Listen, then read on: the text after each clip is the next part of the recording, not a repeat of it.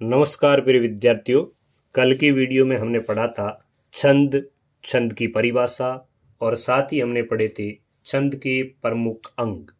तो छंद के प्रमुख कौन कौन से अंग थे वो हमने पढ़े। आज हम छंदों के बारे में पढ़ेंगे और इसमें हम मात्रिक छंद के बारे में पढ़ेंगे। सबसे पहले किन छंदों के बारे में? मात्रिक। मात्रिक का मतलब यह है कि वे छंद जिनमें मात्राओं की गणना की जाती है, मात्राओं का विधान देखा जाता है। तो इसके आधार पर हम पहला छंद आज का जो है वो पढ़ेंगे दोहा। दोहा छंद क्या है?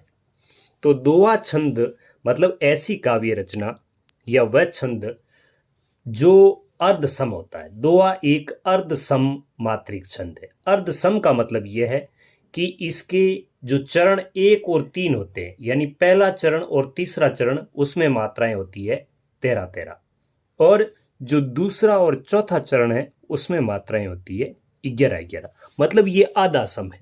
यदि चारों चरणों में मात्राएं बराबर हो तो वो होता है सम मात्रिक। लेकिन ये क्या है? आधा सम है, अर्ध सम। मतलब 1 और 3 चरण, पहला और तीसरा चरण, जिसको अपन कहते हैं विषम चरण। यानी 1 और 3 क्या है?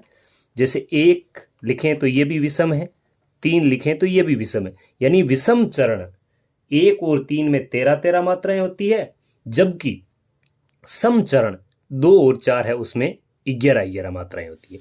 जैसे यहां पर ये उदाहरण दे रखा है। तो यदि आपको दोहा छंद की परिभाषा लिखनी हो, दोहा छंद क्या है लिखना हो, तो आप लिखोगे कि दोहा एक अर्ध सम मात्रिक छंद है जिसके विषम चरणों में यानी 1 और 3 में 13-13 मात्राएं, जबकि सम चरणों में 2 और 4 में 11-11 मात्राएं होती है। और इसमें तुक कहाँ मिलती है? तुक इसमें सम चरणों में मिलती है। जैसे तुक क्या है? समान मात्रा से अंत। ये जैसे आप यहाँ पे देख रहे हैं, रहीमन पानी राखिए बिन पानी सब सून, और पानी गयन उबरे मोती मानुष चून। तो यहां पर ये जो समान मात्रा से अंत हुआ है, इसको अपन क्या कहते हैं? इसको कहते हैं तुक। तो इसमें तुक कौन से चरण में मिलती है? जैसे ये चरण इसका पहला है, ठीक है, और ये इससे यहां से लगाकर सून तक ये दूसरा चरण है, ये पानी गयन उबरे यहां तक ये तीसरा चरण है, और मोती मानुष चून ये इसका चौथा चरण है। तो 2 और 4 क्या है? सम चरण। तो तुक मिलती है वो सम चरणों में मिलती है। अब यदि हम बात करें मात्राओं की कि इसमें मात्राएं कितनी है, तो यहाँ पे आप देख सकते हैं, हम पहले चरण में देखें रहीमन, तो रहीमन की मात्रा 1, 2, 3 और 4 मात्राएं होगी। पानी आ है 2 होगी, नी बड़ी है तो 2 होगी, रा की 2 होगी, खी छोटी है ई की मात्रा 1 होगी, और ये की 2 होगी।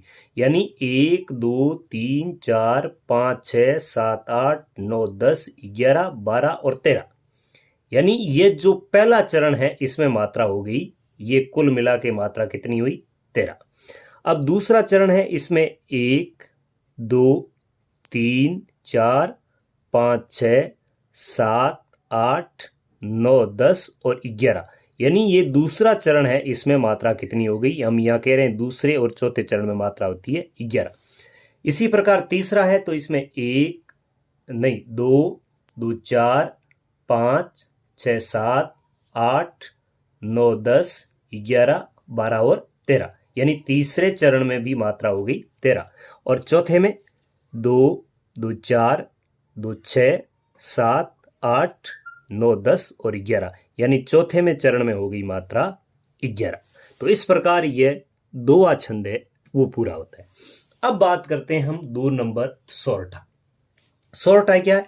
तो सोरठा दोहा का ठीक उल्टा है। दोहा का ठीक उल्टे का मतलब है कि यहां पे पहले और तीसरे चरण में मात्रा कितनी होती है? 13-13। तो इसमें पहले और तीसरे चरण में मात्रा कितनी होती है? 11-11। इसमें दूसरे और चौथे चरण में मात्रा कितनी होती है? 11-11। जबकि इसमें दूसरे और चौथे में होती है 13। तो इसमें पहले और तीसरे में जो यहाँ पे है वो तो होती है इसके दूसरे और चौथे में, और इसके जो दूसरे और चौथे में है वो होती है इसके पहले और तीजे में। तो यहां पर ये दोहा का ठीक उल्टा है। तो इसकी परिभाषा आप ये लिखेंगे कि दोहा सोरठा एक अर्ध सम मात्रिक छंद है जिसके विषम चरणों में कितनी मात्राएं होती है? 11-11। इसके विषम चरणों में होती है 13-13, और इसके सम चरणों में मात्राएं कितनी होती है? वो होती है 13-13, जबकि इसके सम चरणों में होती है 11 11। तो ये ठीक दोहा का उल्टा है। जैसे यहाँ पे उदाहरण देखिए, भारत भूमि मां सम। अब इसकी तुक कहाँ मिलती है?